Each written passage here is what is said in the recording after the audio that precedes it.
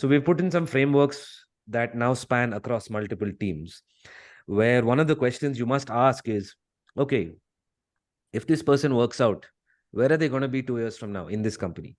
What are they going to be doing 2 years from now? Can you chart their path from here to 2 years from now and be willing to take on the responsibility to get them there, to more responsibility, to more money, to more value for the company and for themselves? Because if you can't see that path and you're hiring because you need capacity, that's not a good reason to hire someone.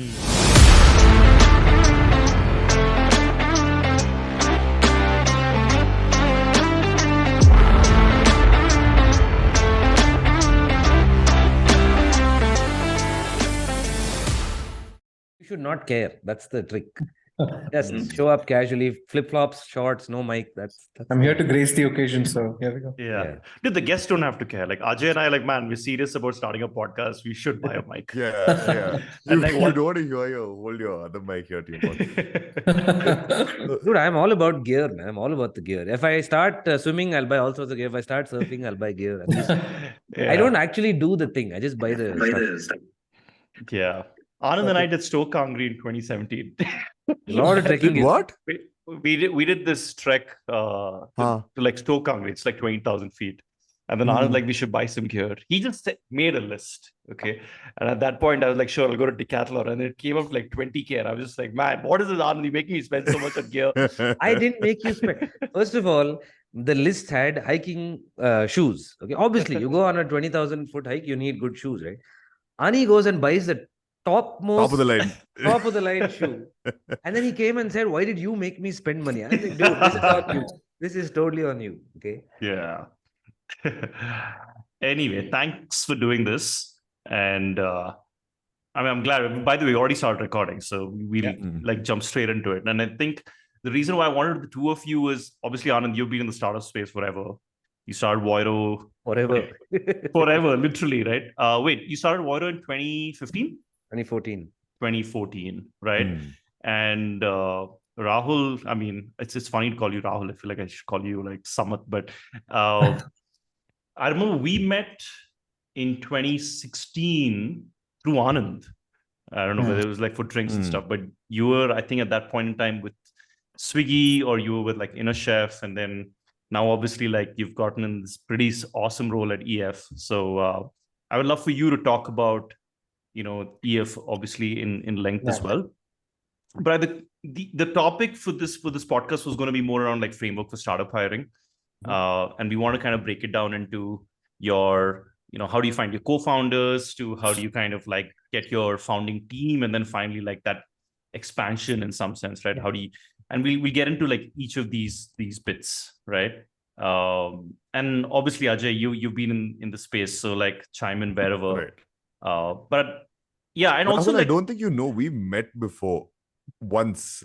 I used to work. I'm one of the founders of Art of Delight. So when you were at Swiggy, yes, of course. I think I was at the office, and then we met this one time briefly. But then when Ani mentioned your name, I was like, oh yeah, we met before. Yeah. So I remember. I think your other co-founders had also come to the Swiggy office a few times. Correct. I think we did a brand with them. We co-created something with them. The ice cream sandwich brand. Correct. Yes. That's small world. Small. Yeah. World, I'm a very regular customer of Art of Delight products on Swiggy. So I thought I should. I love how we put that in. Great. I got to slip in there, man. I got to get in there. Yeah. Same here. Till Connors came out with the chocolate tartar, and then like we don't need to plug everyone. Just we can plug this one brand. We need to plug, and the rest is. But cool. Anyway, maybe Anand, you can get started. Like just, you know, when you're talking about and you've been doing this for like 7-8 years now, and I think the starting point of like you were abroad and you came back. Love to kind of hear your journey on like how you went about like even finding your co-founder, and then I guess Rahul, you can chime and post that.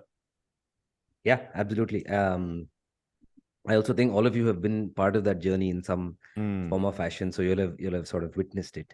But we are 4 founders at Voiro, and we met because of Kavita, who's our founder and CEO.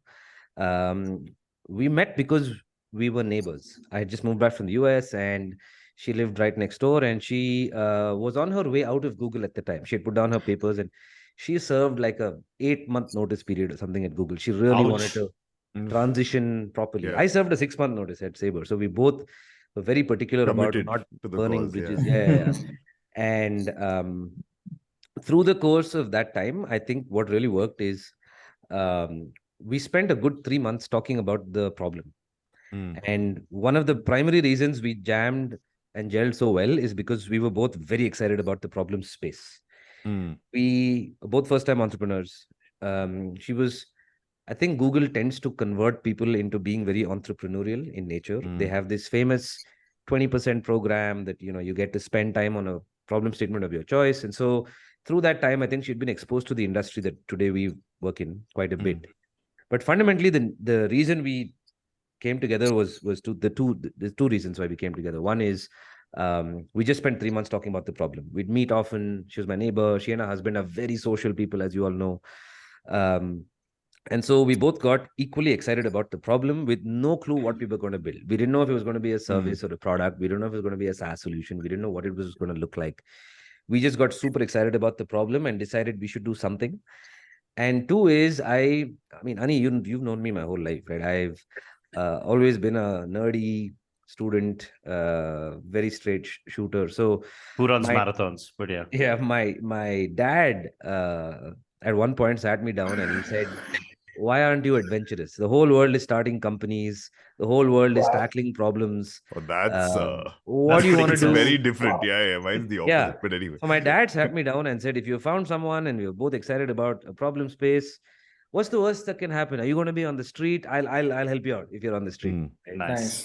And so he basically said, be adventurous. The whole world is doing it. It seems to be the thing you should do these days. Don't be your usual self.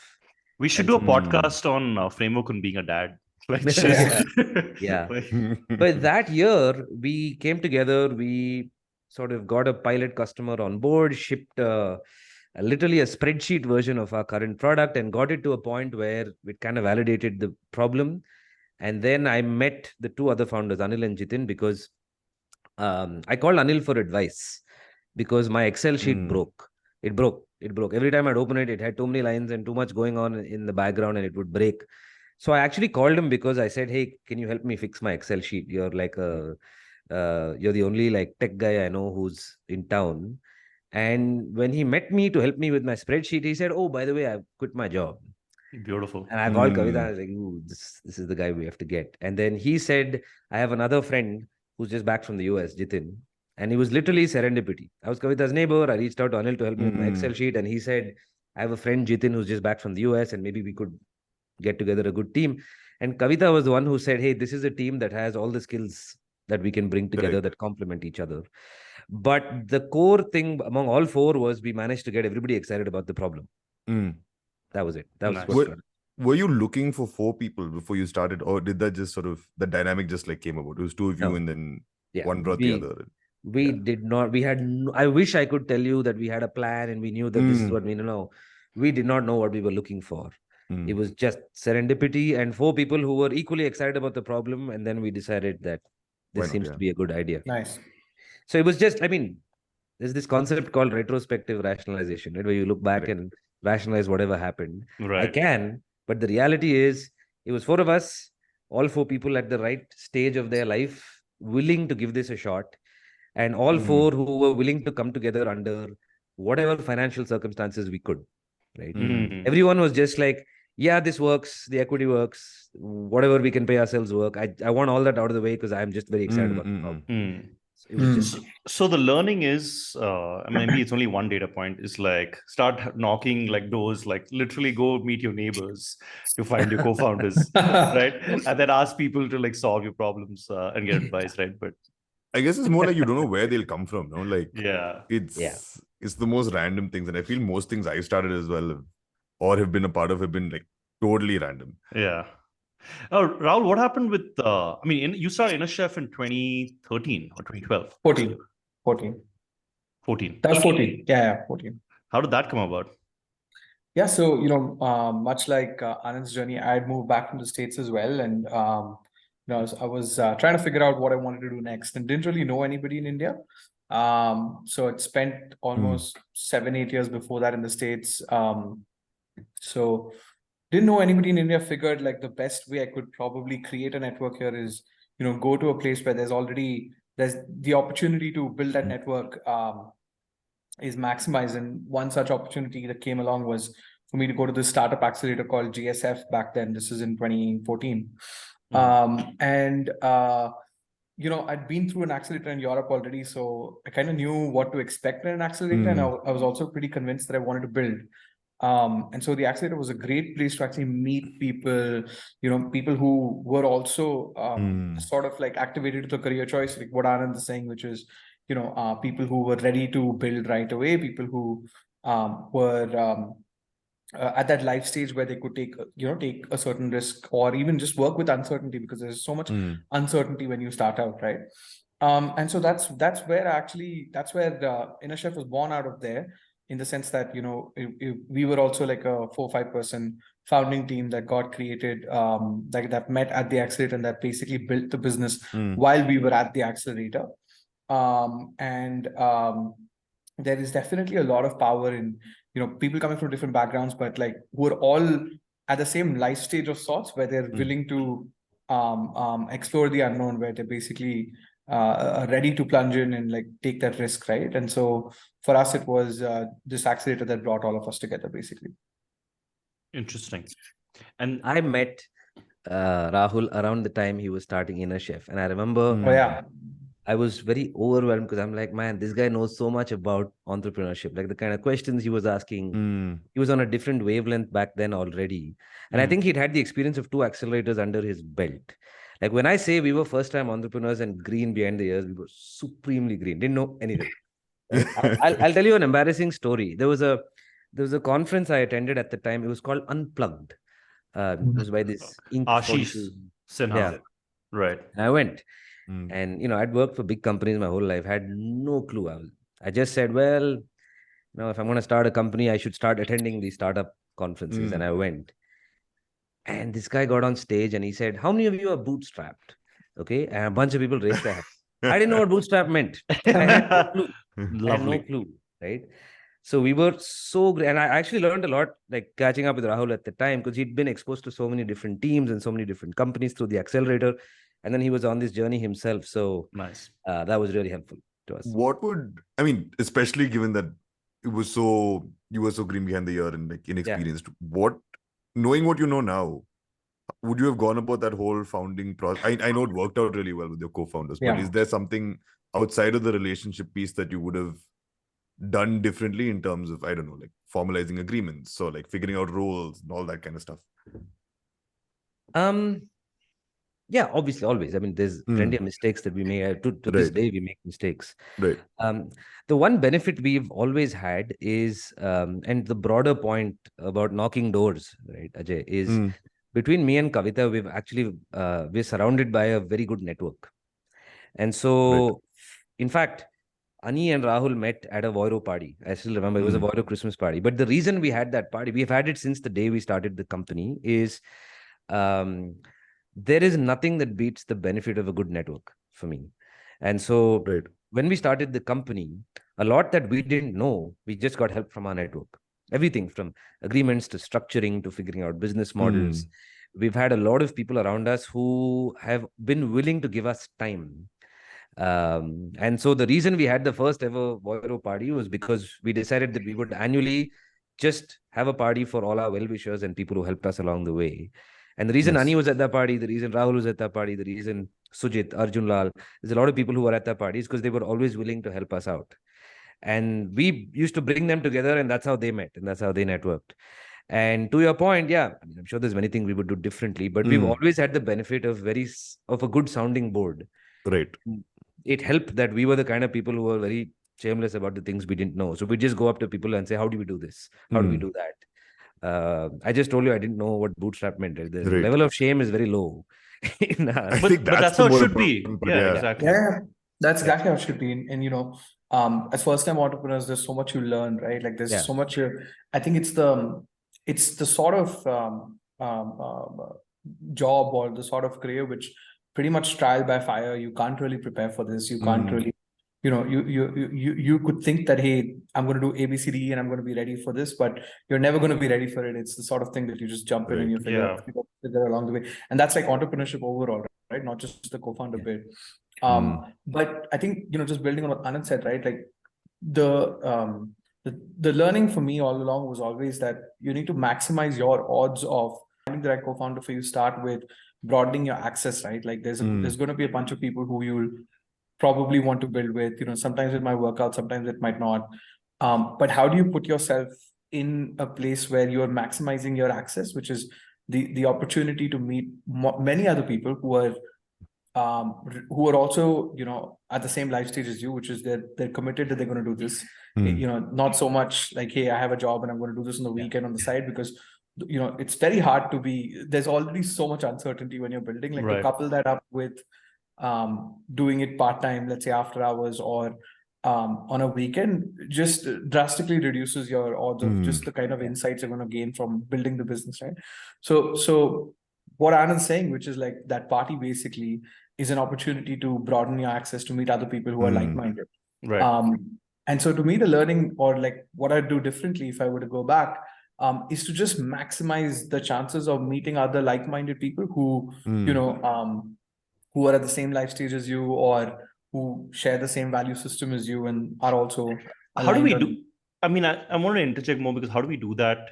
Like, I feel like when you're in your early 20s, let's say you're closer to that college network and maybe like you're still in touch with a lot of friends, and like in your 30s, maybe you've like drifted apart a little bit. But today, how would you maximize given stages that you're in, like whether you're in your 20s or your 30s?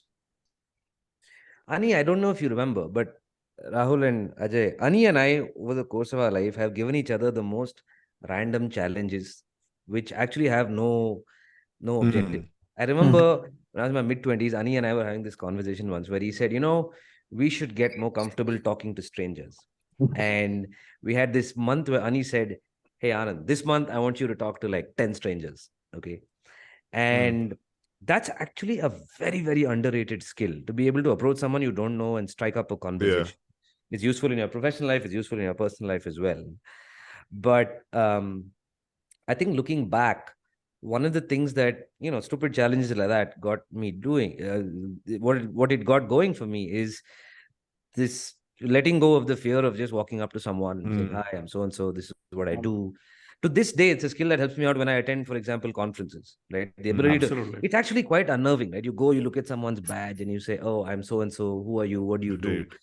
But the ability to do it and actually create a comfortable conversation with someone you don't know is actually how you strike up conversations, find serendipity, you open doors, you maximize the chance that you could stumble across someone, right. I think it's just to something. Put yourself in enough situations to hit success. Yeah, absolutely. There's a podcast I listened to called The Good Time Show by Sriram Krishnan and Aarti, the ex-Twitter, ex-Lumoid sort of Bay Area power couple. And one of the things they always say is, they said, anyone with a laptop and an internet connection can become an insider. You don't have to be an outsider because you're not in a certain location or you don't work for a certain company. And there's an example of that I've always followed. So, Ani, to your question, how do you, what are the hacks or frameworks in your 20s and 30s? One of the things I started doing 8 years ago when we started the company, because I realized that there's a lot to learn, is I started this hack where I said, any webinar I attend, if there's a Q&A section, I'm there. Like, I'm going to stand up and ask a question. And because I was forcing myself to do it, I had to put myself out there. I had to stand up. I had to pay attention. I had to ask something. I had to be willing to ask a stupid question. But it was a way for me to just say, let me make myself vulnerable. Let me ask something. Let me make sure I test my curiosity to see where it goes. So things like that, things like the challenge you gave me, I think are ways to just come out of my comfort zone, which is a little, I'm sometimes an introvert, sometimes I'm okay. Bang on, Anand. And like, I think maybe I'll use a framework that at least that's given me a lot of clarity about the process. And I'm also slightly, I have the privilege because, I'm working on a business that kind of tries to solve for this. So maybe we can go on, build on that as well. But broadly, the way I look at it, this is cliche, but it's not really that different from dating as well, right? Like you're looking for this one person you're going to potentially build a company with, right? So to draw that parallel to dating, basically, which we've seen over the last few decades, like being solved really, really well. Broadly, if you're looking at it from a framework perspective or a structure perspective, there is access, which is who all are you meeting, and then there's conversion within that, right? Like, hey, of all the people that you're meeting, would there be a match with someone who you'd want to consider dating seriously and then potentially become life partners? I don't see this any different when it comes to building a business as well, which is like, at the end of the day, you're looking for conversion, but you have to maximize your access, or you maximize your chances of meeting more of these people. And what Anand is talking about is setting you up to do that, right? Like by, asking that question in the conference or going to more conferences, you're increasing your surface area of the number of people who you might meet, and some of those might convert. So to answer your question, Ani, right, like it's just solving for both those things, which is how can you put yourself in situations where you're broadening access. So that could mean, attending more of these conferences, or, trying to find yourself into communities where, there are people who are at that same life stage, who are willing to take the same kind of chances. And then the conversion process is more, once you've done that, once you broaden your access, the conversion process is then more, how do you in a structured way get to figure, hey, is this person who's got a shared value system as me? Does this person have like common interests as I do? Do we have complementary skill sets? And it sounds like, Anand was able to solve for that with his other co-founders, and, quickly, which is fantastic, right? Like it's extremely hard to basically get to that place where you solve for this conversion in a short time frame. But the way you would maximize your chances is by broadening that access and Actually, I mean, in the words of Pitbull, no, he says like, you ask for money, you get advice. You ask for advice, you get money twice. But actually, so both of you spoke about like maximizing surface area and channels, and then it's like once you meet them, like how do you start that conversation? Like, and I like the parallel that you brought up in terms of dating, right? Because when you want to date somebody, you don't go, hey, listen, I want to get married to you, I want to date you, right? You start with the, hey, let's see if you have interests or less values, right? And you start kind of with the softer stuff, and then you move to like the more transactional thing. I think and similarly, Anand, to your example, like you went to Anil, and then you were like, hey, listen, can you help me with this? And then you start with the problem statement, right?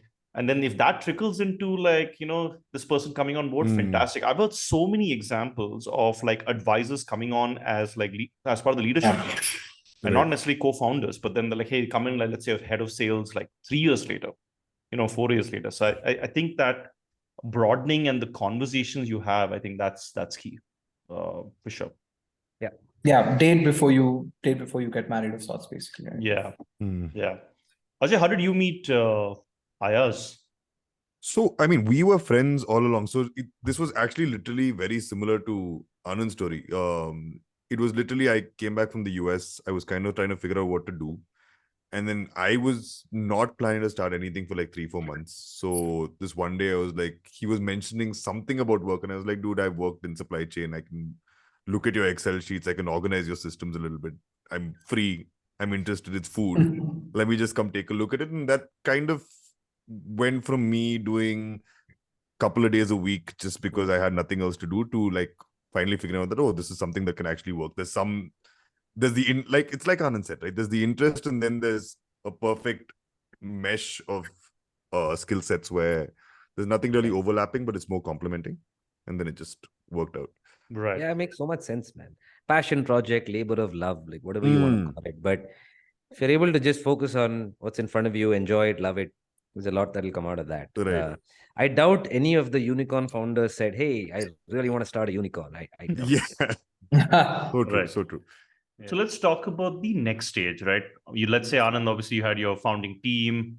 When did you kind of hire your first employee, and how did you go about that? And Rahul, I mean, I would love to hear even like your Swiggy line, right? Because I'm assuming, because you did a lot of the, I forgot what it's, actually, I just spoke very highly of it. What's the division within Swiggy where you essentially started a lot of the... It's called the private brands division, which, okay, is Swiggy as a marketplace creating its own content, so to speak, right? Or creating its own supply. Correct. Yeah. So the equivalent of, let's say, you know how like a Netflix would have its own Netflix originals, which is Right. content that Netflix makes. Exactly. Swiggy also has a set of brands that Swiggy owns and operates, which are food brands in this case, basically. Right. Yeah. So I'd love to hear that. I mean, Anand, maybe you could start with how you hired your first employee, and like how do you find them? With the tools, references? Yeah, I'd love to hear the entire And was spiel. it hard? Like, We lose Ajay. Yeah, I think we Come back. It was hard, evidently, right? I just lost in thought saying, was it hard? Yeah, I think it was hard. Right? There's a meme there if you screenshot Ajay's face. Yeah, I know, right? Let me quickly do it. Ajay lost in thought on how to hire his first employee for his new podcast. But Anand, I feel like you can jump into it. I mean, I think He's Ajay, back. yeah. Was it hard? Yes, of course it was hard. So we is that where it cut out? Yeah. Just say, was it hard? I mean, I had more, but anyways, I'm sure it was hard. But go on. Why don't you tell me how? No, never mind. Like, let's just get into it, and then we'll figure it out. So the four of us got together. We got cracking on getting the product out. We also had a customer, so it was kind of chicken and egg like most startups because we had to do both at the same time. And at some point, we said we could use a little more help. We need another engineer to join us, and we also had enough money going that we could afford someone, right? So all those things aligned, and then we didn't really know what to do. We this was 2015 by this point, and I still remember we had no interview process, we had no structure, we had no sort of core values, competencies, none of that. It was just, hey, we need a person. Okay. And I remember, like most things at the time, it was, I think, Anil and Jitin who said, let's try it. We'll just dedicate some time every now and then to figure this out. And Kavita was the one who said, why don't you guys try AngelList? It seems to be a good platform. So it was just like most things in our life at the time. Someone rolls their sleeves up and said, I'll try it. Give it to me. I'll do it. Okay, that's it. That's all it was. And I remember it took a lot of interviews and looking for people and trying to create our own, understand what we were looking for ourselves. But Anil and Jitin were very particular about a set of technical skills that they were looking for. Like Anil had this belief that still holds, which is, he said, we find someone who's excited about programming and is logically very sound. And he said, I can teach them everything else. As long as they come with those two things and have right attitude. So it was more, hey, here are my non-negotiables and we'll figure out everything else. And our first employee was this guy called Ankit, who's still with us, by the way. One of my proudest achievements is that employee number 1 is still here. Amazing. And they finished all the interviews and they finally said, okay, here's the number, here's what we can do. That worked out. And then we said, okay, when can you join? And I remember I was on this call and Ankit looked at a calendar and something else. And he was living in UP. He was in Jhansi. And he said, well, there's a train tomorrow morning, so I can be there in 2 days. Oh, amazing. so that's wow. it. And, and Anil was he's the guy who has the only IRCTC account among all of us. So Anil opened it out. Anil opened his account and he said, okay, I've sent you a ticket. That's it. And that's it. 2 days later, this guy joined. The first day he was in full formals before he realized he was a startup. And the next day he was in t-shirt and jeans. Yeah. That's it. That was our first employee. Oh, wow.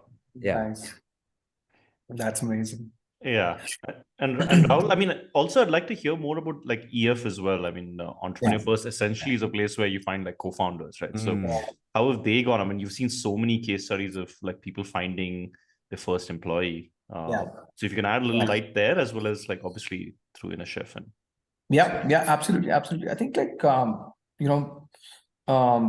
in your core founding team, either between co-founders or the first 2 or 3, 4 folks, maybe, I think you're trying to solve for a few bases, right? You want to solve for building and selling. Those are the 2 core things that you're doing when you're building when you're starting a company or creating a new business, especially a technology startup, right? So building, of course, is entails everything from maybe designing the product or what the product should be, and then going at hacking at it or coding it up.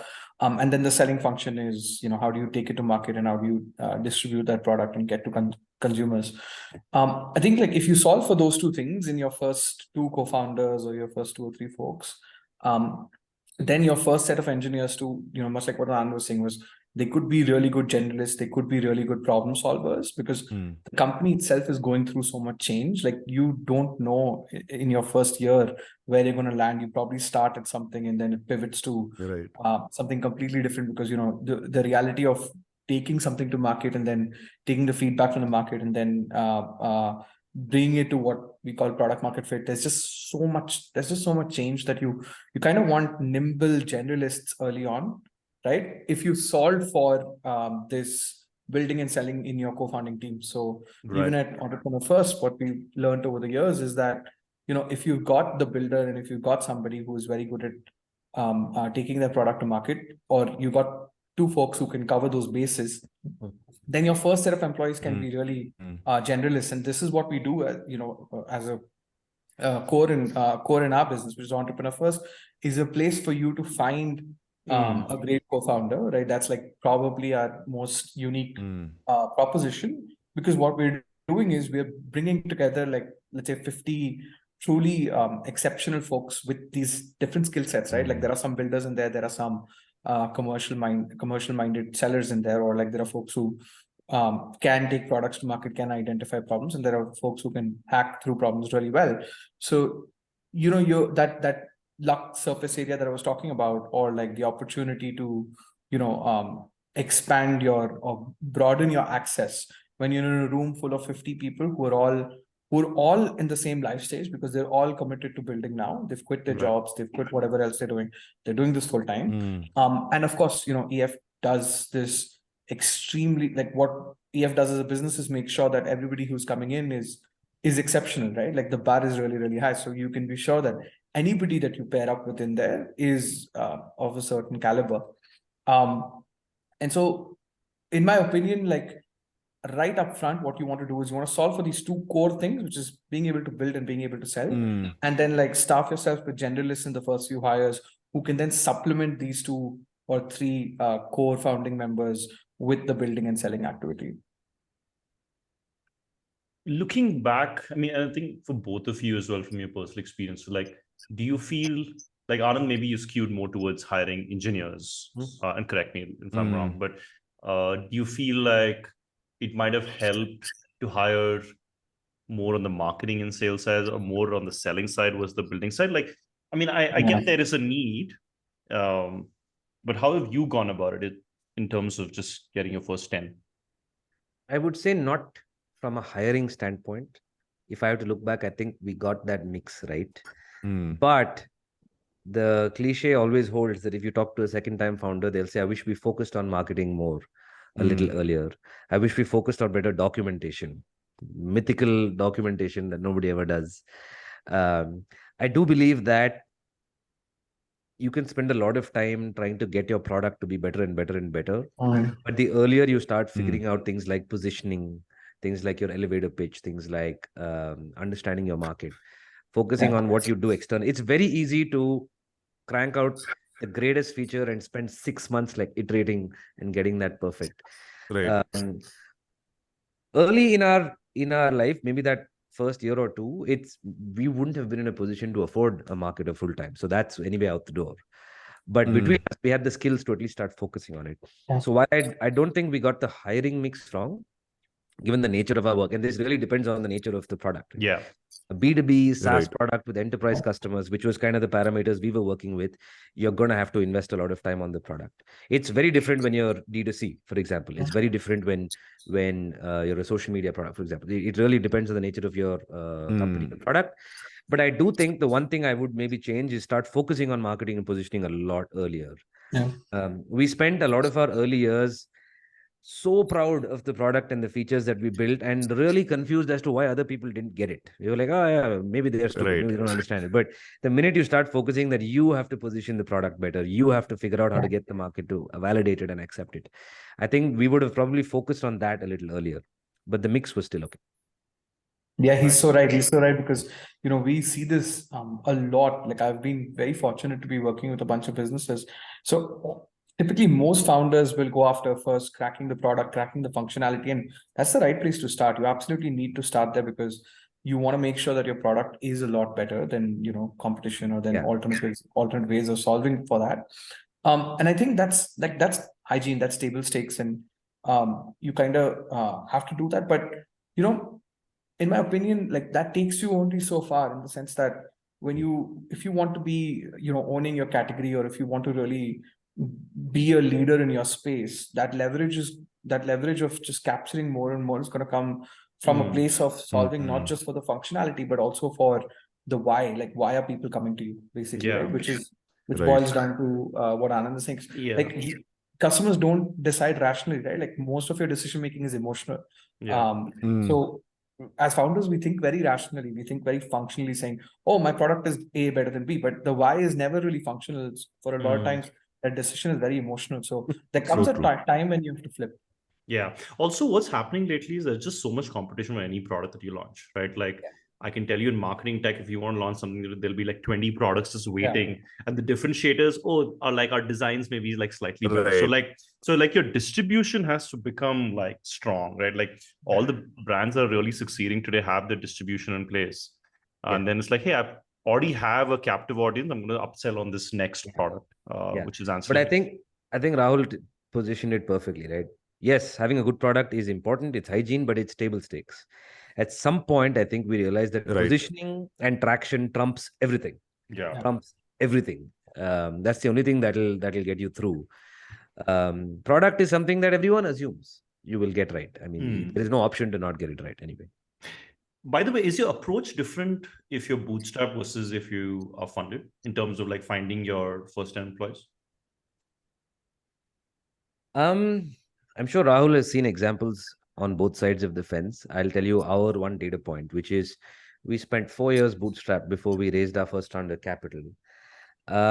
It taught us many things. It taught us a lot of things because we had to live within our means. There is no room to make that frivolous, non-playing captain kind of hire. It's not an option, right? Which means we were very, very careful. But sometimes care can come at the cost of growth. So capital has its place.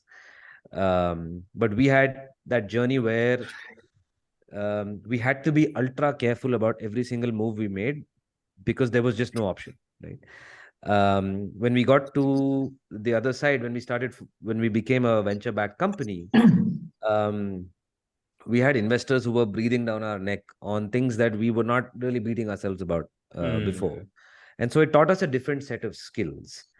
I'm not sure if we would have behaved differently if we had capital from day one. I'm sure there's a pretty decent chance that we would have. Yeah. It's just that in our life, that option was never there. So we will never know. Yeah.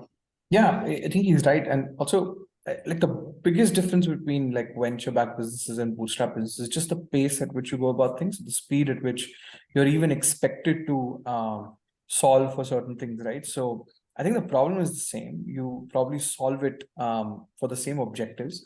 Maybe you go about it differently because, when you're in a venture-backed business, you're trying to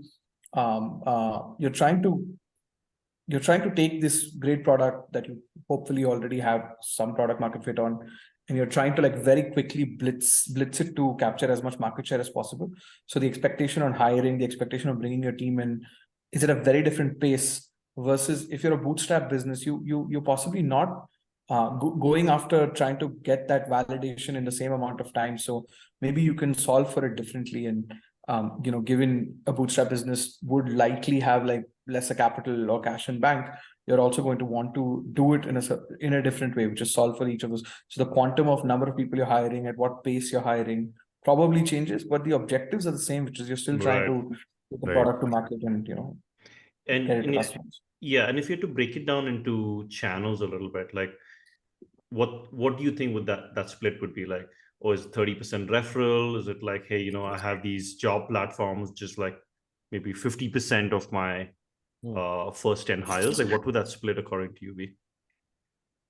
The first few hires are, I think, going to skew in the direction of referrals because people have to trust you, right? You're somewhere between the 0 to 1 journey, and you start with people who are supremely entrepreneurial in nature, which means they're only coming to you because of trust. or a shared ambition. And then I think the first 5, 6 employees are going to be people who've never heard of you, don't know who you are, unless you're someone who has a track record of successful exits, which is very few people. It's a really, really small percentage. But if you're just driven by passion, then what you're really going for is you're going to evangelize what you're doing and get people to join your journey. And so for me, referrals are always going to be the better place to do it. Someone's going to say, hey, this person, he or she or they are on a journey. I think they are a good ship for you to catch, right? When we started to get to a place where we'd achieved some traction, we had a story, we had a website, we had a product, we had customers, we could afford at least close to market salary for the people we wanted to hire. That's when the trust factor is not that necessary. Because the first 4 or 5 people, I'm like, hey, I'm so and so, here's what I'm trying to do. Come join me, take a pay cut. How do you even sell that though?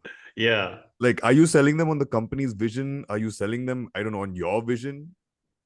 I mean, it's a meeting of the minds, right? If you're talking to someone who is not like Rahul said, right, same phase of lives, looking for there are people looking to be early startup employees, which means they know that they're going to join something that's not fully cooked, right? And there's no right answer. There are people who are seeking large companies and a different journey, and that doesn't make it wrong or right. But the faster we realize that for this phase of our life, those are not the people who will be a fit for us, and maybe we are not the fit for them. It's a two-way street, right? Yeah. So we also started seeking people who we could sense are looking to be early employees. Like there is a batch of people who don't want to be founders but want to be early employees. Yeah. Because that's the right sort of risk level for them. And we're able to say, well, I can give you that. So I'll give you equity, I'll give you the trappings of what an early employee package looks like. And what you get in return is you get a lot of freedom. You get to work on something very early in its life. There is nobody's going to strap you down with processes because there aren't any. But you get something fun to be a part of, and it's still a high risk factor. Yeah. It's maybe not for sure 100% risk that a founder would take, but it's 80% risk. And there are people who are willing to take that challenge on. Yeah. It's funny. Sorry, Rahul. I've heard a few people also talk about, hey, you know what? I really get to talk to the founders directly on an everyday basis, like that being quite exciting for them, especially, if like, let's say, you're hiring somebody in their 20s and strong generalist, but then has some specialty. I feel like that's quite exciting for them. But yeah, go ahead, Rahul. Yeah, I think like when you're so early, when you're building, from scratch, right? Like your company is gonna go through like these phases, right? And like one phase will be done before you know it. Like the next phase starts, right? When one phase is just coming to, things just move so quickly. It's almost like the company is, going from like this very early phase where you don't necessarily know the exact problem you're trying to solve. You're trying to validate what you're trying to do, and then you have an inkling of what you're going to solve. You put something out there, and then that pivots, and then now suddenly you get to a place where your product market fit. So like you're casting the skin of your business, and like it's becoming a completely different business every few weeks, if not months, depending on how quickly you're getting through each of these phases. And so it's like different life cycles of sorts, basically. And so building on what Anand said, right? Like what you need in that pre-product phase is so different from what you need in that product market fit phase, and what you need as a business in your 1 to N and then your scale up phase. And the kind of people you need is also very different. I was speaking to somebody the other day, and they gave me a very beautiful analogy. They said that there are two types of people, right? Like in terms of work, right? They're the hummingbirds and the woodpeckers. The woodpeckers are those who just keep going at a problem and solving it like little better every day.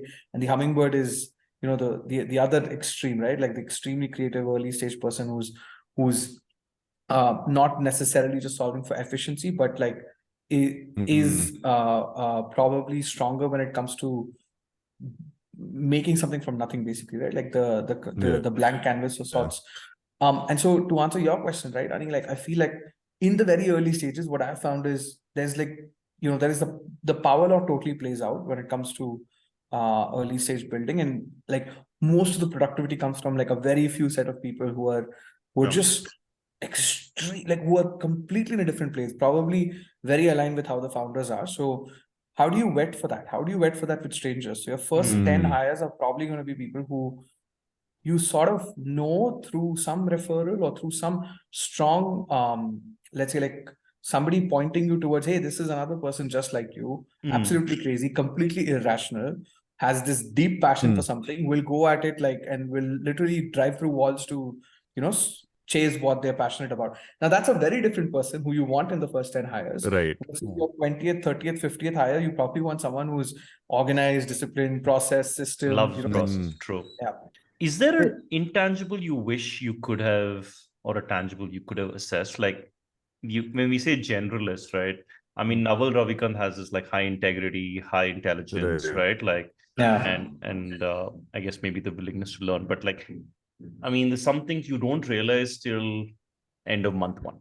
Sometimes you also get it wrong. Like by end of month three, you're like, man, this person is not a good fit, right? Like we have hired people in the past who've come in early where they came from a big company, let's say, and then there is the space in their head, which is, let's say, gear 3, but you're like, man, I need to operate in gear 5, and I'm not seeing that. So like, is there a cultural nuance or an intangible also that you're looking at?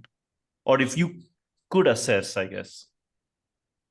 I think there's a couple that come to my mind, which, which I at least look for. The first one is like this mad drive to achieve, which is what I spoke about, right? Which is like, will this person be relentless, basically, right? Like, because there's just going to be you can't imagine the sort of uncertainty you're going to work with when you're starting something new, and you're going to relentlessly fail. You just have to pick yourself up and say, oh, you know what, like, fine, I learned from this. What do I take into what I do next, right? And you need a certain relentless drive to just achieve what you want to achieve. And so that's something which I think is priceless. I think I over-index on that versus any skill. For the first, maybe like after you've solved for that core skill set of build and sell, right? I think that's the first thing to solve for. But once you've got that solved for, the next 10 people are just like, do they have this crazy drive to achieve, right? And the second one, to me, is intellectual curiosity. So like, are they constantly somebody who wants to just do they have this curiosity to just learn more or just like understand and just basically take feedback loops and then go back and rethink their assumptions, etc. Because if you go about it in a hypothesis driven way early on, which is probably a sound way of going about solving any problem, you're going to need to just constantly be curious and learning, right? So those two things to me are intangibles, but they go a long way in your early team. Sweet. There is one thing that I just completely agree with, which is you're going to make mistakes. You're going to fail. And not just the people you hire, you yourself. Right? It's my biggest learning and something I actually learned to love over the last 8 years is you're going to mess up. You're going to make mistakes. Just be okay with it. Learn to take a punch. Even when it comes to early hiring, I remember everything I'm telling you now, right? Are things we learned because of mistakes we made. I remember within our first 10 employees, we tried to hire a couple of people who came from big companies. Like they had top tier MBAs, they came from big companies, and we did what we wanted to do. When I evangelized, we sold to them what we're working on and everything else. And we reached a stage where they said, hey, let's do this. And then when we started talking numbers, they quoted a salary and I said, are you joking? Like, you know that we're a startup. And they said, are you joking? You know, that's what I'm worth, right? And then you end up making that mistake and getting really stung by it because you feel invalidated. You feel like, oh, someone doesn't believe the journey that we're on. But the reality is just a misfit, right? It happened to us when we raised capital. 4 years after bootstrapping, we raised our first round of capital. I thought that the first investor I met, I was going to knock it out of the park. And I was that stupid. I thought it's going to take like maybe 2 meetings, right? Man, it took us 40 funds that we spoke to.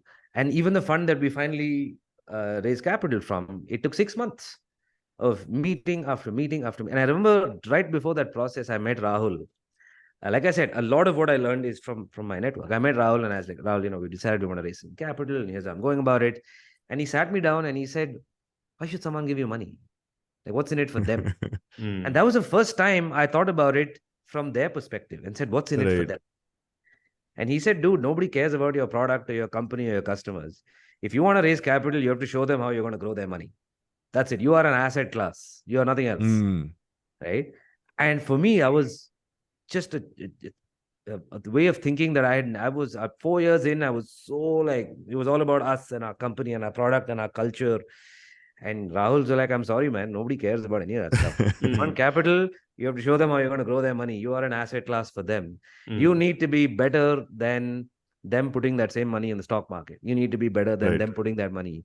But up until that point, I had met investors who didn't invest in us, weren't interested in us. And I made the mistake of taking it personally. It's the same thing with hiring. Mm. We No, but learned. you are going to take it personally, and Yeah, that's you are. okay initially. I mean, Yeah. that's Like Rahul said, get used to failing and making mistakes and Right. learn Yeah, from I it. think it's just like it's honestly it's just an expectation thing, right? Like the reason an investor is saying no is because it's not necessarily because they don't think that your business is not sound. It's just not a fit for them, right? Like Yeah, they have a right. worldview, you don't line up in that worldview, basically. And the thing is, if all of this, any business that's trying to raise money, especially venture capital, if things were so obvious, then all of them would make the same bets, right?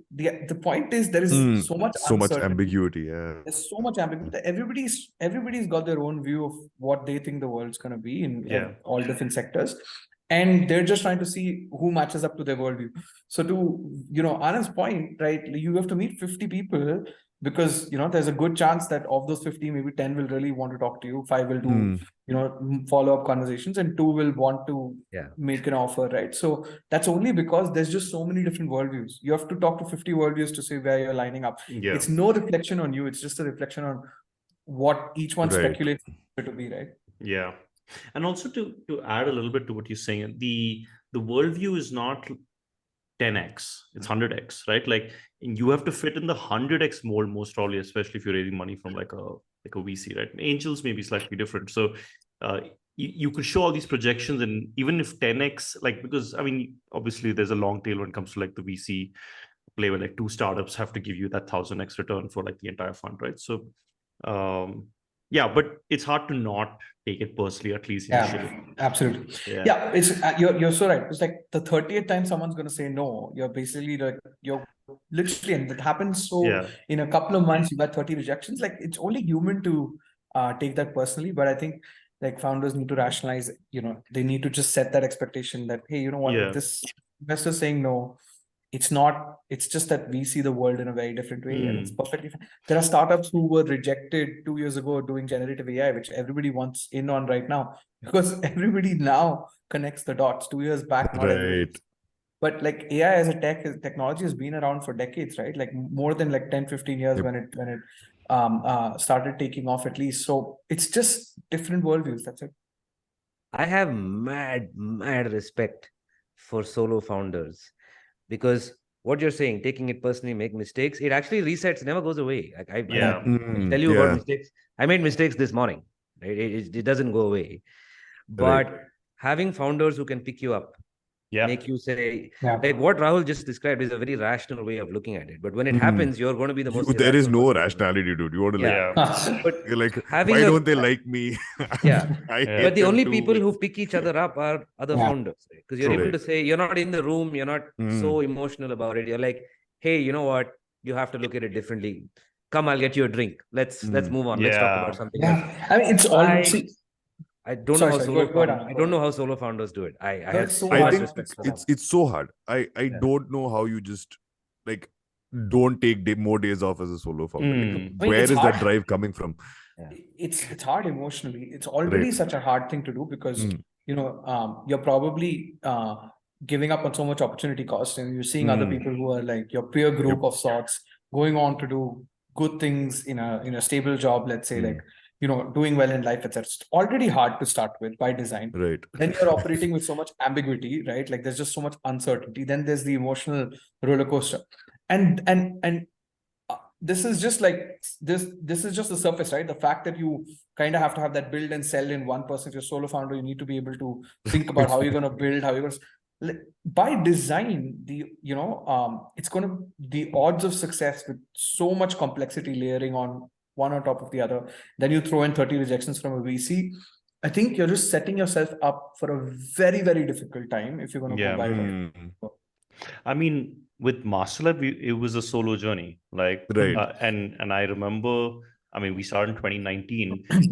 You got to learn how to distribute the stress, right? Like that's just, and then we distribute the stress with people who have context. Yeah. Like, I mean, I can talk to my wife about it, and I think that helps, but it's not the same as this context of, man, fuck that guy, right? Like, sorry, but you should be able to say things. No podcast. We'll make that as part of like just the editor's gonna first make 15 seconds. Yeah. Beep. No beeps. No beeps. No, but the journey is already difficult. 100%. Why not distribute the stress? And I think Y Combinator also, by the way, doesn't invest in solo fund. Really, I know that. Yeah. As Rahul was going through all the perils of being a solo founder, it kind of applies to founders in general. I'm like, every time you like, as a rational person, marrying that whole argument and being a rational person, it just doesn't go together, because you're like, why am I doing this again? It just doesn't make sense. Yeah. And I think Ajay had asked a question earlier, which I think was something that I'd just love to double click on, which is like, Ajay, you'd said that, or you'd asked that, how do you even get someone interested in taking the job, right? Because it's like already such an irrational thing.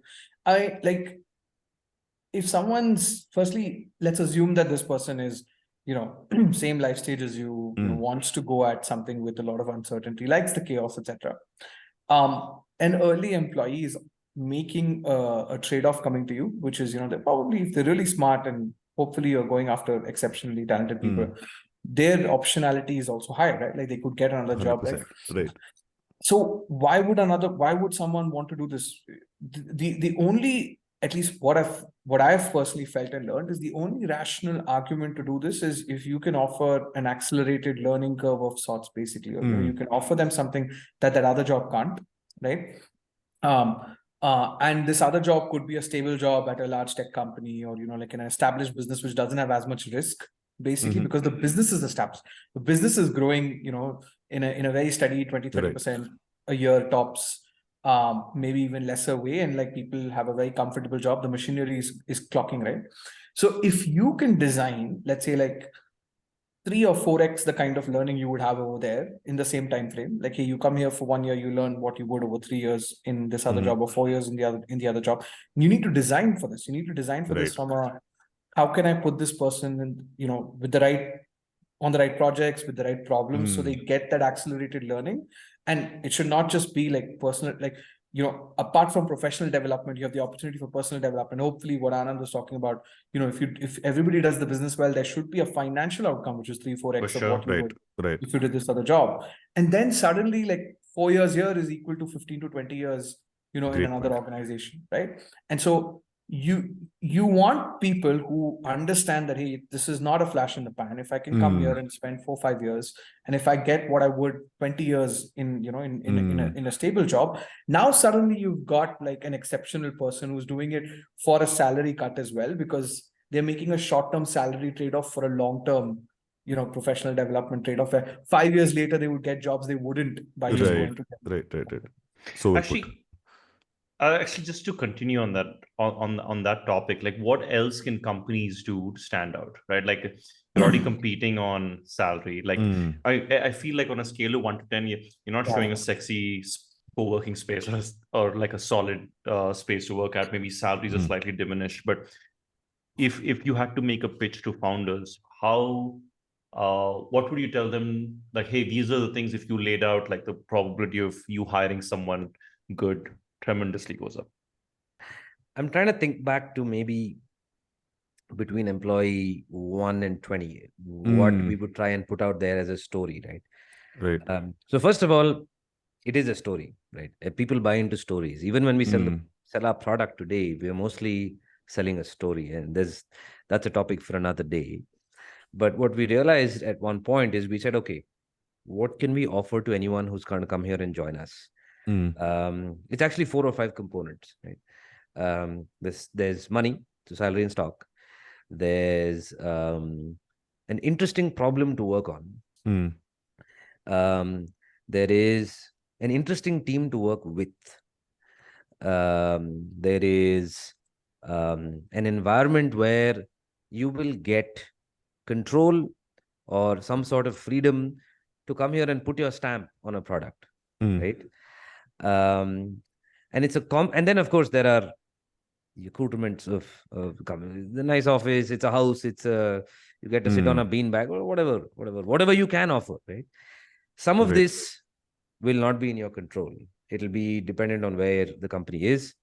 Some of this will be, you're definitely not going to be in a place where none of this is in your control, right?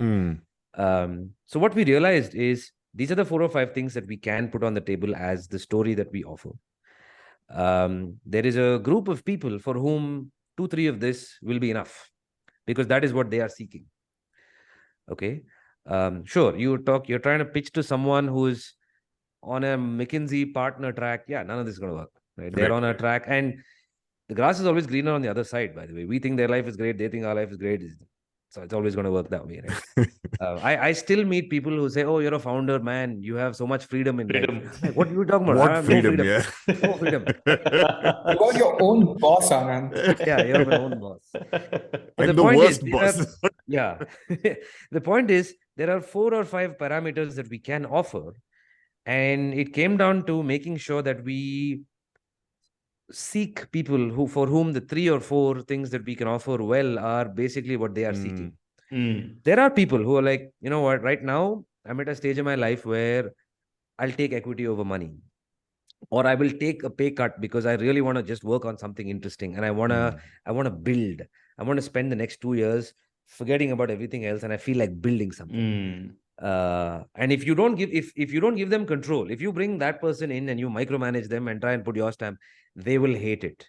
Right. Those are the kind of people where they want freedom to build and are okay with it. They're okay with a leaky roof and bad coffee. They don't care about that stuff, right? So what we realized is that we are actually not about a single parameter. We're about 4 or 5. And it's actually the same parameters that are reasons people don't leave. Today, this day and age, the market's tough. Like even today, there are enough companies out there that will triple the salary that we can pay. But there are people who are like, I'm not leaving because I just love my job. I love my team. I'm getting to work on something that I've not yet finished. And so I will finish the job because that's my DNA. I'm not going to leave something unfinished. Right? So the minute we realize that there are 4 or 5 parameters that we can offer, and the one important one is culture, right? Creating that culture that's fair, that's not going to discriminate on the basis of gender or background or anything else, where nothing matters. Doesn't matter who you are, what you look like, what you're about. I will make sure you have a canvas where you can work on something and put your stamp on something great. So early in our interview process, especially sub 20 employees, the interview process or the candidate, the talent sourcing process was as much about finding the right person, the filters, the right stage of life, etc. But we also had to pitch ourselves to them. Right. Like our early interview process would involve a physical meeting with the entire team. So they would get to know everybody they're going to work with. It was not just, we don't have an HR team. We don't have a people team. So we've always done that selling ourselves. But there was always a time in the interview process where we'd be like, come over, have coffee with the entire team, ask any question that you want. But we would leave them with the truest picture of the environment that they would get and hope that it appeals. That's massive trust building, by the way. Yeah. Because if you get them to speak to your team, it's automatically like normalizing who you're going to be talking to on an everyday basis, right? It can feel like, okay, founders, there's this distance, thank you, I respect you. But like, hey, these folks, I will most probably chat with. So that helps, Yeah, I remember one of our earliest colleagues, where as part of the entire process, her parents wanted to come to the office. And we said, sure. That's awesome. Sure. Yeah. Parents came, they sat in the office, they met the entire team. If dad puts a stamp, dad and mom put a stamp. All the way. Yeah. No, but parallels to dating just don't stop over there. Yeah, it just doesn't. That's true. Yeah, but the minute we realize that we're about 4 or 5 parameters, that's when we realize that there are things we can do and things we cannot control, but we should sell the story across all of them. It's basically like Anand claims he's a founder. The dad is like, man, I really want to check. I if he's want a to see founder." what is this company. Yeah, I want to make sure he's not lying. So let's meet him. No, Anand articulated this so well, and Yeah.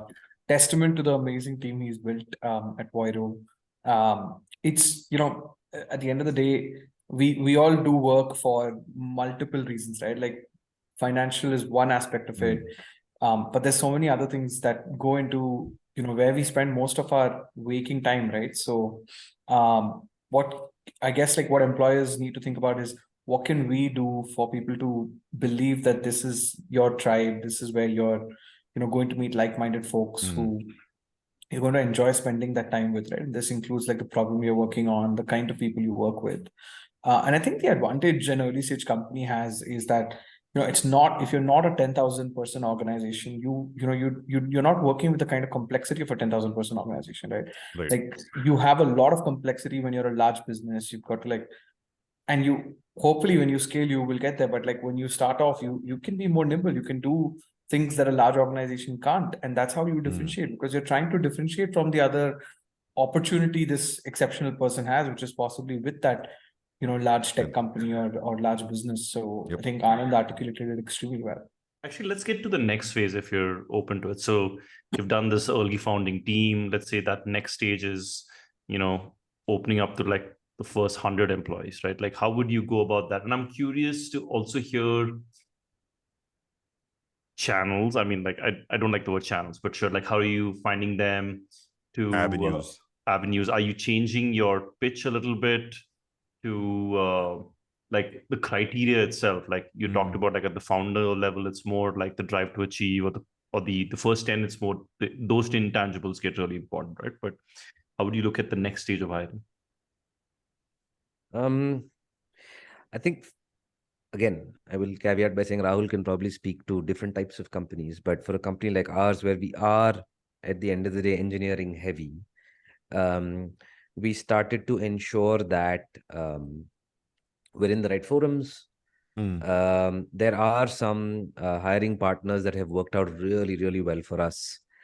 All those 4 or 5 parameters that we try to optimize for, we realize that if we do it for ourselves, it starts to become a useful story even for referrals, right?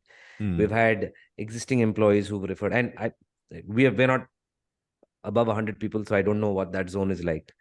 But for the kind of scale that we are at, we started to see a lot of our employees go to their friends and say, hey, you'll really enjoy working at this place. Nice. And then they come to us and say, I have a friend who I think will be a great fit. Nice. So there is a risk when you go down this route where people will start to look for people who look like themselves. You start to hire like-minded, and sometimes you don't want to go down that route.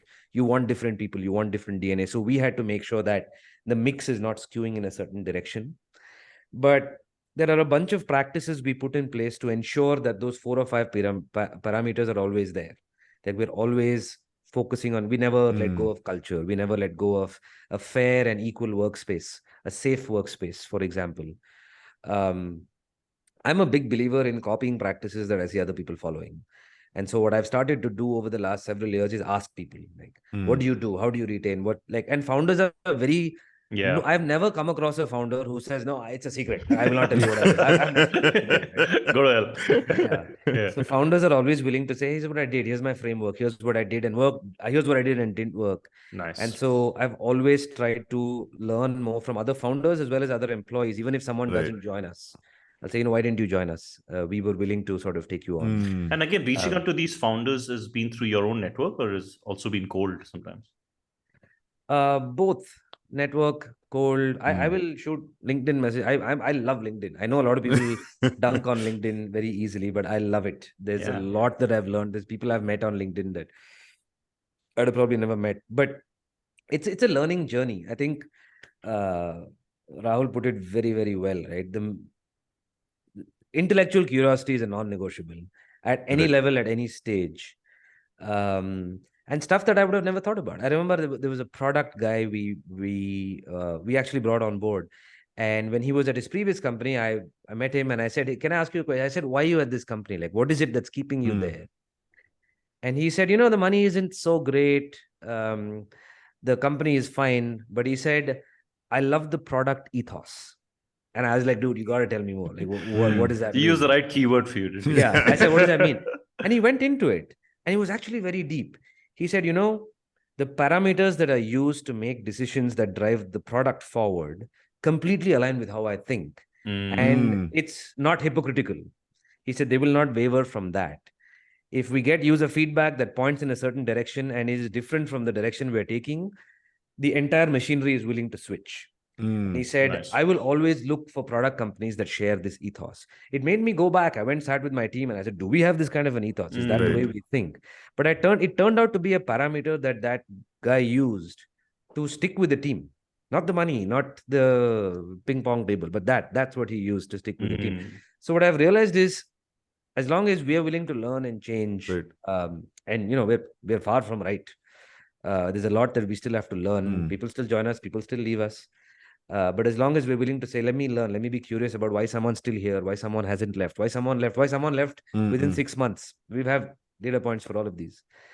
I don't know about the 50 to 100, but sub 50, I think I'm always willing to copy ideas from whoever I see. And there's a bunch of these practices we put in place. But for me, it's always been, we are about these 5 things. We're about these 5 things, and I can never be perfect about one of them, but we can be good about many of them. All of them, yeah. I think, as a business is scaling, hopefully you need employees because your business is scaling, right? Like that's probably the biggest justification of bringing in more people. So usually scale comes with complexity, and Ajay's seen this at Art of Delight as well.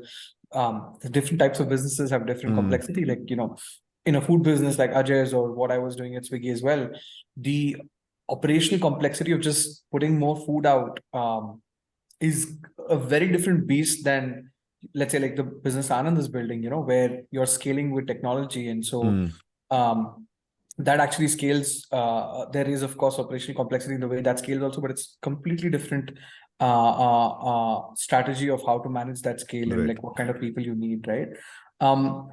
But if your business is scaling, you're going to have more customers. Like if nothing else, you're going to have you have to service those customers. And that's also human touch points and complexity.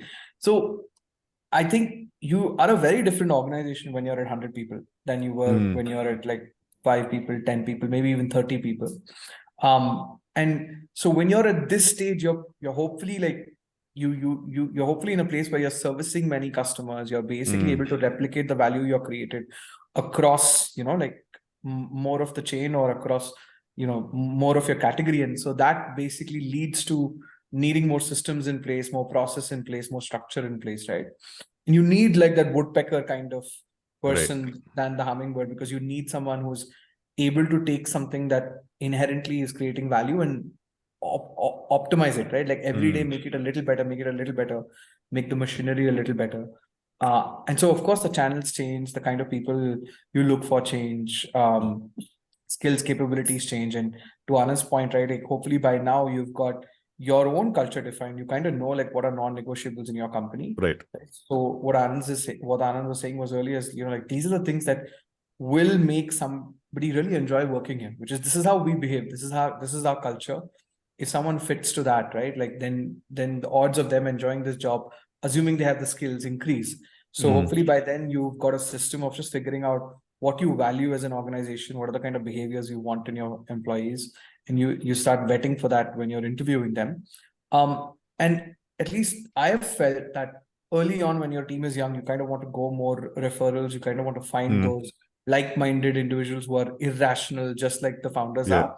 But as you scale up, you start leveraging channels like LinkedIn, like Anand said, right? And other such slightly more scaled scaled recruiting solutions, because you're able to filter for the right background by then on what you're looking for. Actually, after 25, I want to say, after 25 people, you cannot escape the fact that you will at some point hire people for whom this is just a job. Yeah. It's nothing else. Yeah. Up until that point, you're like, this is my life, and this is my this, and this is my, oh my God, it defines me, and I define it. Someone will come along for whom it's just a job. Like, I don't care about it. And we had to make sure that the environment works for them. Right. And the environment can still accommodate people, because not everybody is going to see this as their life. The first 10 people, yes, then Right. then it reduces again. And then it's like 1 in 10 people will see this as something that they, want to be a part of. Right. But you will get people who, for whom it's a job, and then you have to just make sure then it's a great transaction. It works for them. It gives them everything they want, and they're able to sort of participate in the company's growth. And that's like to Anand's point, that's perfectly fine. You want people who are there, who, to whom this is, hey, all right, how can I make sure the ship is steady? How can I make sure that what we're doing is done in a very predictable way? Right? With the right customer service, with the right experience for the end customer who's paying hopefully for your product or service. And that's, you want people who are, 100%. low risk, high, low risk, high agency, but most importantly, all right, these are the rules that I will work with, and like this is what I'll stick to. You also want the crazy people, but you kind of want them for different stages of your business. Yeah. And how involved you feel like the founders need to be in terms of hiring? Let's say when you're at the 50th employee or the 75th employee, like take a step back, or just through your own experiences. You want to go first, Rahul? Yeah. So, I think this is also like one of those very personal to each founder kind of answers. And I have always felt the first 30 employees make or break your company. And I think Anand was at 25, so it's very similar. Right. So, I'd be extremely paranoid about anybody that's coming in, at least till that stage, maybe even further along. I think, where it becomes less hands-on, because I'm sure you would still maybe either like be involved in a final round of interview, or maybe just at least have a sense of what's happening. I think where it stops being high touch is very, very, very specific to the kind of business you're building, the way it's scaling, right? Like if you're in a business that's scaling with, let's say, like launching 10 outlets, like if Art of Delight was suddenly launching 10 outlets tomorrow, you're not going to be able to go and like interview every person, for that. I guess every business will have a different point where founders will be less involved, but if you have the right structure or process in place, so at least you kind of have the right bells and whistles to avoid the extremely bad hires, I think that's still a win. The most Rahul, you're absolutely right. It really varies depending on the type of company and the type of founder you are. But I will say this: the most tragic thing that can work out is a hire that doesn't work out. Yep. When a hire doesn't work out, it's tragic for everybody involved. Yep. For the company, for the manager, for your cash, for the person, right? It's not even just about it leaving a sour taste, etc. No, there's none of that, right? It's just it's the saddest thing in the world for everybody involved. And so for me, that is the scenario that must be avoided at all costs. Right? For the employee, for the person who's joined you and then had to leave, or they've chosen to leave, whichever way it goes, forget how it went down. It's something that is very regrettable. You've left a blip on their resume. They have something on their resume that will always raise eyebrow. Why did you leave this company in 6 months? They can explain it however they want. Someone down the road may not trust it. It's a red flag for me. For me, if I go back to first principles and say, what do I really want out of this company?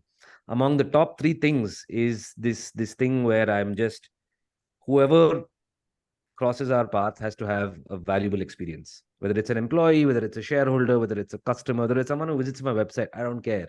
I want you to leave net positive. And if someone leaves with something in the red, it deeply like bothers me. And so for that reason, while everyone cannot be involved in every hire, we've tried to make sure that at least the processes, the standards, the systems we put in place can do everything in its power to prevent that scenario from happening to the maximum extent. There will be cases where it happens. We're a small enough company where one of us will always do a culture fit.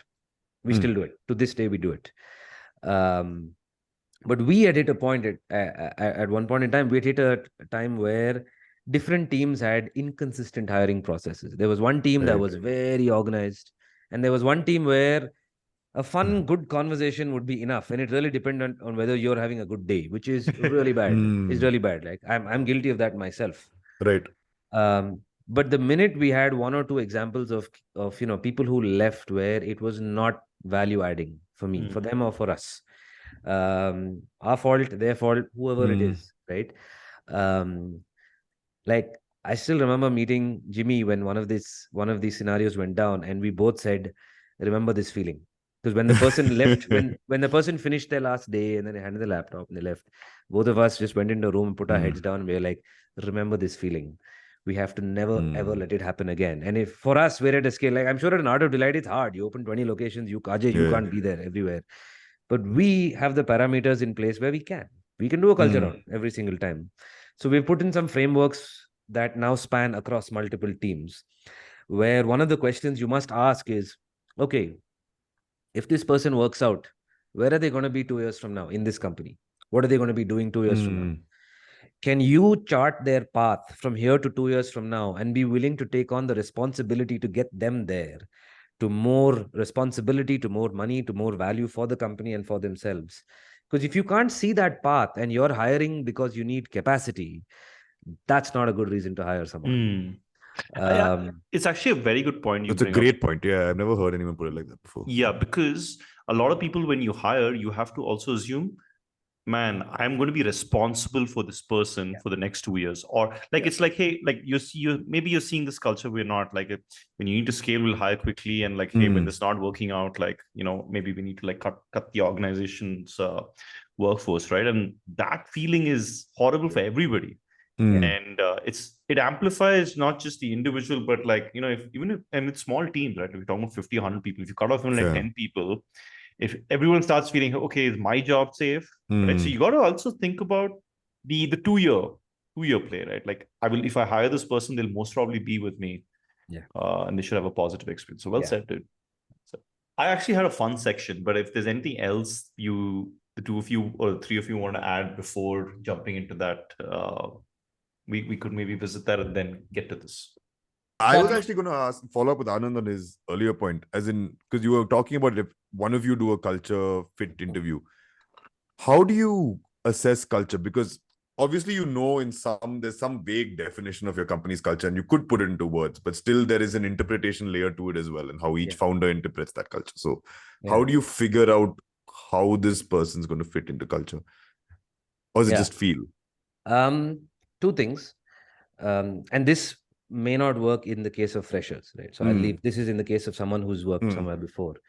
One is we try and do work sample tests, right? So at some point in the interview process, bring the person in, brainstorm over a fictitious feature, try and do some work sample. So it's all not theoretical. Find a way to experience working with that person, even if it's at like for half a day, or 2 hours, whatever you can. I remember on Twitter, I saw this very popular question, which actually applies to any role. It says, sit together and jam about how you would redesign the Netflix homepage. Nice. Right? There's no right answer to this, right? It's a question of trade-offs, and let's get together, take this, go up to the whiteboard. Are you good at whiteboarding? Are you good at articulating your thoughts? Are you good at... That's a good one. Are you good at disagreements? Right? Are you good at me taking it in the other direction and us together having to choose? Nice. Right? There's many ways to just jam together. And this is not product specific. You're saying this doesn't matter. You're not me, right? So one is that. Two is we've done, we have question banks, and we've done stuff where we've sourced it from various places. But I think culture can also come from just asking people to talk about where they have been. Tell me about a time when this. Tell me about your time when this happened in your company. How did you react? There are actually some questions that can be very thought-provoking. And our golden rule in a culture round is we should speak less than them. Like, let them talk about their experiences, their stories, especially stories where they were very core to something that happened, and both positive and negative, right? You don't want people to come in and talk about the great things that happened. You want to be able to say, tell me about a failure that took place, and how did you pick yourself back up? Who picked you up? What did you do? How did you come back from that? And the more you're able to get people to stand there in a spot and talk about something that happened in their career, I think there's a lot that comes from there, where you're able to truly understand how they responded to a situation. Yeah.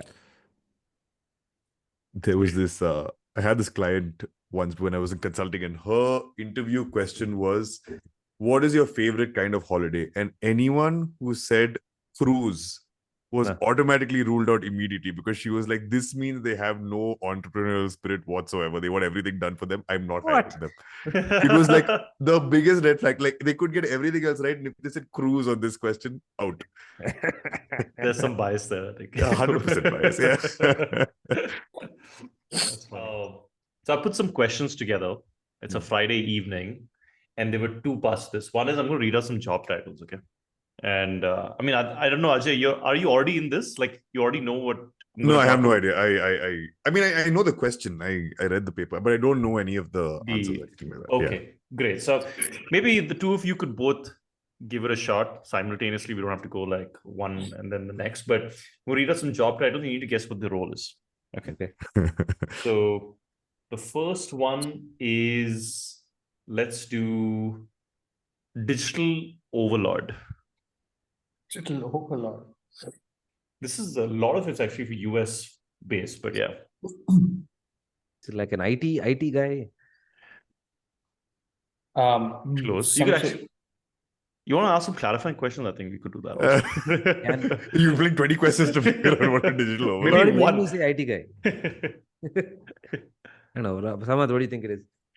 Yeah, maybe like somebody who's, got access to tech resources and like is trying to like divvy that up across the organization. Yeah, it's a marketer, man. Like overlord over like digital space. It's somewhere in between. The overlord is replaced by manager. Okay, and the digital is essentially a website. So it's the website manager for digital overlord. Oh man. I have another one. Conversation architect. What are these roles? I don't get it. I thought it's a bot. Is it bot builder? Customer support? I'll give you a clue. It's in the marketing space. I have no clue. Given what you've said, it could be someone in the content space, someone who helps create pitch decks. I don't know. Yeah, I mean, it's as lame as digital marketing manager. But shows how hard it is to find a digital marketing manager. We'll just rebrand the title completely. Yeah. Let's do this. This is maybe another one. King or queen of rigor. And it has nothing to do with analytics. King or queen of rigor. Ops manager? Yeah, ops. It has to be ops. Auditor. It's an account director within a PR agency. Okay. I'll do a last one and then I guess we get to the other one. Okay, this beverage dissemination officer. This is not necessarily tech and startups, but yeah. Bartender? Boom. Chai wala. Okay. That's a good one. Okay, great. I have another one, which is, okay, these are like really cool jobs. And I don't know if once AI really picks up, whether these will still be around. But we found them online, and then you got to kind of guess how much you get paid in dollars per year.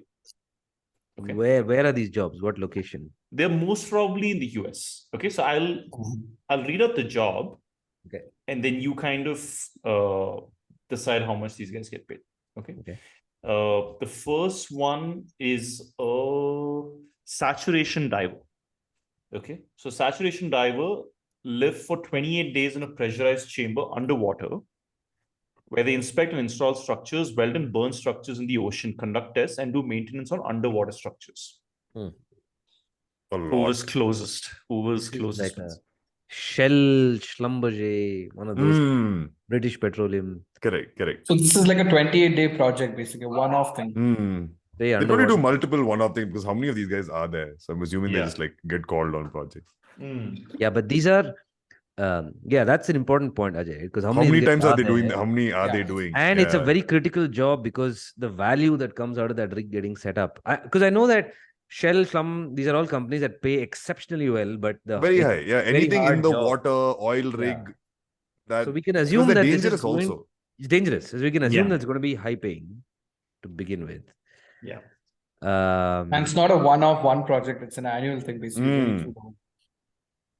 So if you had to put an annual number on this, 150, 200K? I was going to say the same, 150 probably. Ajay, do you have a number as well? More, I would think. I was going to say More. 300. 300, man. 150. No, 300 is a lot, actually. 300 is a lot, No, man. could 300 but could be. But what is it? Actually, I think Anand and Rahul are closest. It's $180,000. Not bad. Not Yeah. bad. Okay, let's do another one. This is a golf ball diver. Okay. I mean, essentially, they earn money for each ball they find. Bro. Okay, wait. And they can earn up to $200 a day. Why? I is a don't know, golf man. ball? You just told us the salary.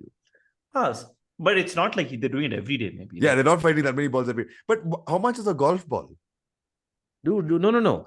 Ajay, pro golf tournaments, you go down and find Tiger Woods ball, you can sell it for a lot of money. No, I don't know whether you want to reuse it also. There may be like thousands of balls like just in the lake, right? Or in the but Just how collecting it how back. can you get enough balls to justify a Of guy's course you salary? can. Of course you can. Ajay, you play golf in India, you can go to the pro shop and buy a bag of old balls that someone dove and brought to the surface. Look, amateur golfers always like shank the balls into that pond or whatever, right? So those are all balls I that get mean, recycled. sure. But those ponds are also shallow, man. Like this dive, I don't know. Like So the labor cost doesn't justify what you're picking out of it. wait, Let's answer. There's a stat here. It says he's told CNN that he can find up to 5,000 golf balls per lake he dives in. Per lake. There are like multiple lakes in snap. the. Then it's profitable. Yeah, sure. Okay. So let's go. 70K, 70 to 80K a year. Okay, Rahul. So you said that they get like up to $200 a day, basically. That's what you're saying. They That's can the earn max up to. potential, I think. Yeah. Probably 50,000. Okay. Ajay, you? I don't have an know. answer, man. I'm looking up how much a golf ball costs. To be honest. Wide range. Yeah. Decathlon Clearly. all the way to Titleist. Yeah, exactly. Well, I mean, clearly there's like a massive range, but at least according to this article, the golf driver estimated that he could earn up to $150,000 a year. Shut up. I mean, obviously, I don't think it's on all golf courses, right? Yeah, sure, but No, but it depends, man. You go dive and bring some golf balls and then sell it in the pro shop for in a packet, sure. But you go put it on eBay and say this is Rory McIlroy's ball. Yeah. I have one more.